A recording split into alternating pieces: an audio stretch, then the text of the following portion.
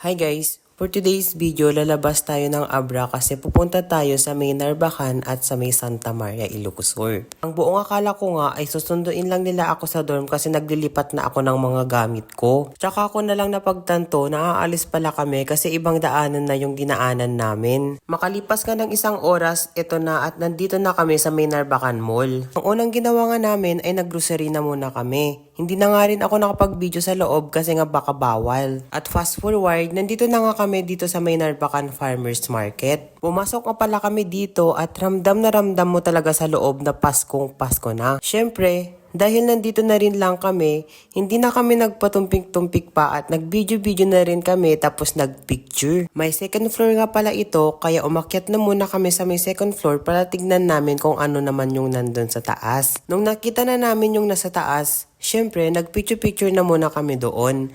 At pagkatapos naming mag-picture, bumaba na din kami.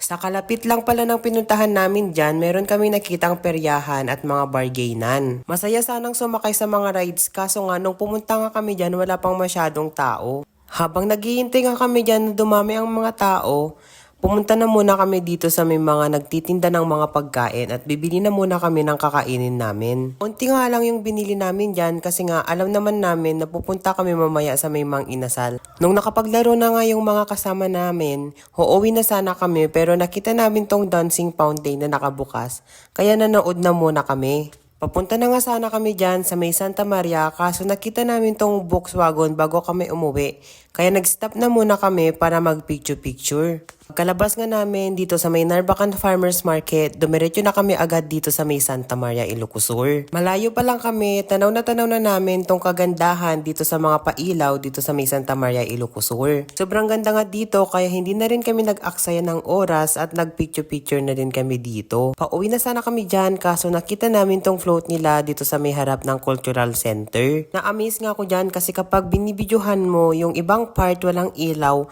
pero kapag tinitignan mo siya sa personal may ilaw naman. At eto na nga, totoo na to, pauwi na kami pero bago kami umuwi, dadaan muna kami dito sa may Narvacan Mall.